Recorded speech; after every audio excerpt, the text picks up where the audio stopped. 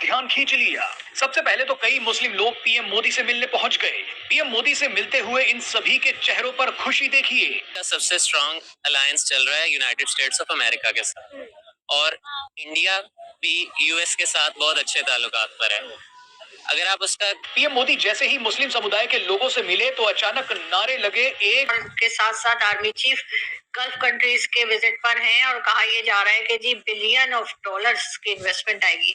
एक ऐसी कंट्री जहां पे हर वक्त टीटीपी मोदी साहब और उनका जो सबसे बड़ा मेडल है शेख जायद मेडल, वो मोदी साहब को दे रहे हैं। ये मोदी साहब को हमारे प्राइम मिनिस्टर कहते हैं ये फाशिस्ट है, ये हिटलर का पैरोकार है।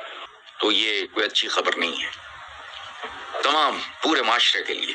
मौलाना फजल रहमान कहते हैं कि करती रहती हो, अपने लोग भी कभी लाल मस्जिद के भी लोग निकल आते हैं। पुराने मुसलमान हैं, उन लोगों ने मोदी साहब को इतना बड़ा प्रोटोकॉल दिया। अब मोदी साहब तो हिंदू हैं, उन्हें तो कहते हैं कि टेररिस्ट है, मतलब ये तो वो मुसलमानों के एंटी हैं। को फैसिलिटेट नहीं करेंगे तब तक क्या फॉरेन इन्वेस्टर्स का दिमाग खराब है कि वो यहाँ पर आकर इन्वेस्टमेंट करेंगे? पाकिस्तान के जहाँ दोस्तों दुबई में हो रही सीओपी की बैठक के उद्घाटन सत्र में शामिल होने के लिए दुनिया भर से नेता पहुंचे थे। इस दौरान सबसे ज्यादा महत्व किसी नेता को मिला तो वो भारतीय पीएम नरेंद्र मोदी थे। उद्घाटन सत्र के मंच पर कोई भी पीएम और राष्ट्रपति नहीं था सिवाय प्रधानमंत्री नरेंद्र मोदी के। बाकी किसी भी नेता को मंच पर जगह नहीं दी गई थी। दोस्तों सम्मेलन में भारत के सक्रिय दृष्टिकोण को आगे बढ़ाते हुए पीएम मोदी ने एक और वैश्विक प्रयास ग्रीन क्रेडिट दोस्तों सम्मेलन में भारत के सक्रिय दृष्टिकोण को आगे बढ़ाते हुए पीएम मोदी ने एक और वैश्विक प्रयास ग्रीन क्रेडिट की शुरुआत की पहल की है, जो पर्यावरण के प्रति जागरूक कार्यों के लिए देश के दिमाग की उपज मिशन लाइफ के साथ तालमेल बिठाकर काम करेगा। पीएम मोदी ने कहा कि इससे कार्बन उत्सर्जन से जुड़े मुद्दों के संबंध में आम जनता की भागीदारी बढ़ेगी। उन्होंने विश्व नेताओं से निजी हितों से आगे बढ़ने का आह्वान किया है। यहाँ दोस्तों इस बैठक में सारे देशों के प्रधानमंत्री मौजूद थे, लेकिन पाकिस्तान के प्रधानमंत्री कहीं भी नजर नहीं आए। इस बात से पाकिस्तानी मीडिया गुस्से में लाल हुआ बैठा है। आइए जानते हैं पाकिस्तानी मीडिया इस बारे में क्या बोलता है। मवाजना करें ना पाकिस्तान के साथ, तो आपको पता चलेगा कि पाकिस्तान के ज्यादा अच्छे ताल्लुकात हैं चाइना के साथ। एंड चाइना और यूएस का ग्लोबल कंपटीशन चलता है कि इनमें से कौन ज्यादा बेसिकली इकोनॉमिक डेवलपमेंट की तरफ जाएगा। कुछ इन्वेस्टमेंट आप पाकिस्तान में ले आए, लेकिन आरजू आप इस बात पर गौर नहीं कर रही कि जब तक पाकिस्तान के आप सिविलियन इंफ्रास्ट्रक्चर को मजबूत नहीं करेंगी, जब तक आप पाकिस्तान से करप्शन का खात्मा नहीं करेंगे, जब तक आप पाकिस्तान में ईज ऑफ डूइंग बिजनेस है वो उसको अपना सबसे बड़ा अवार्ड दे रही है, तो क्या ये हमारी डिप्लोमेसी की नाकामी नहीं है, ये हमारी फॉरेन पॉलिसी की नाकामी नहीं है?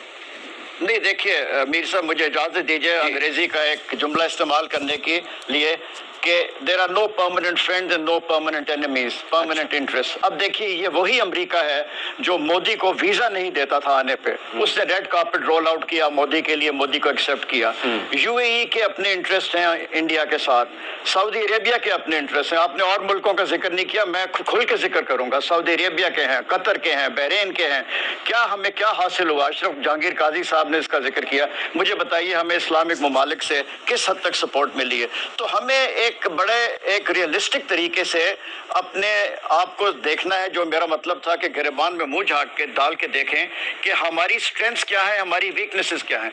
जो हमारी वीकनेसेस हैं उस पर काबू पाएं, जो हमारी स्ट्रेंथ्स हैं उनको आगे लेके चलें।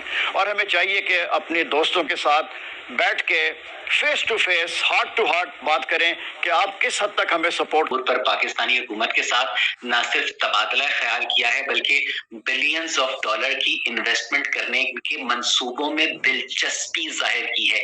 अगर आप इन प्रेस रिलीजेस का जो कंटेंट है, जो देश में इन्वेस्ट कर रहे हैं, पाकिस्तान के ताजिर अपने पैसे निकाल कर दुबई की प्रॉपर्टी में इन्वेस्ट कर रहे हैं और आप एक्सपेक्ट करते हैं कि लोगों से कि वो यहाँ लाकर इन्वेस्ट करें, तो मुझे लगता है कि इस तरह के जो दौरे होते हैं वो पाकिस्तान की सिफारती सुबकी का बायस बनते हैं। क्या आपने कभी इंडियन आर्मी चीफ को मुत्तहिदा अरब अमारात के बादशाह से मिलते देखा है? क्या आपने कभी इंडियन आर्मी के चीफ को गैर मुल्की दौरों पर इस तरह सरबराह मुमलिकत के साथ कंपनी करते देखा है? मुझे लगता है कि अगर आपने दुनिया को ये मैसेज देना है कि पाकिस्तान के अंदर एक civilian government, civilian setup exist करता है, तो आर्मी चीफ को अपनी नमूदो नुमा की जो अपनी जो नमो की जो ख्वाहिश है उसको थोड़ा सा कंट्रोल करना होगा, क्योंकि अभी मैंने पिछले दिनों एक वीडियो देखी है कल परसों, जिसमें ISPR की जानिब से वो रिलीज की गई है, जिसमें आर्मी चीफ जो है वो एक बलूचिस्तान की सैलाब मुतासरा खातून को तसल्ली दे रहे हैं कि आइंदा से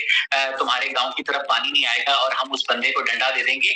भाई ये वीडियो जो है ISPR की जानिब से गुड फेथ में रिलीज की गई है, जिसमें आर्मी चीफ को मोहम्मद बिन कासिम और तारिक बिन ज़ियाद दिखाने की कोशिश की गई है, लेकिन असल में अगर आप आईनी पहलू से देखें तो ये उनके उस बुनियादी पाकिस्तान मिलिट्री एकेडमी काबुल के हल्फ की खिलाफ वर्जी है कि मैं सिविलियन मामलात में मुदाखलत नहीं करूंगा। भाई अगर आपने दिखाने को एक सिविलियन सेटअप रखा ही हुआ है तो उस सिविलियन सेटअप को आप काम करने दें। अगर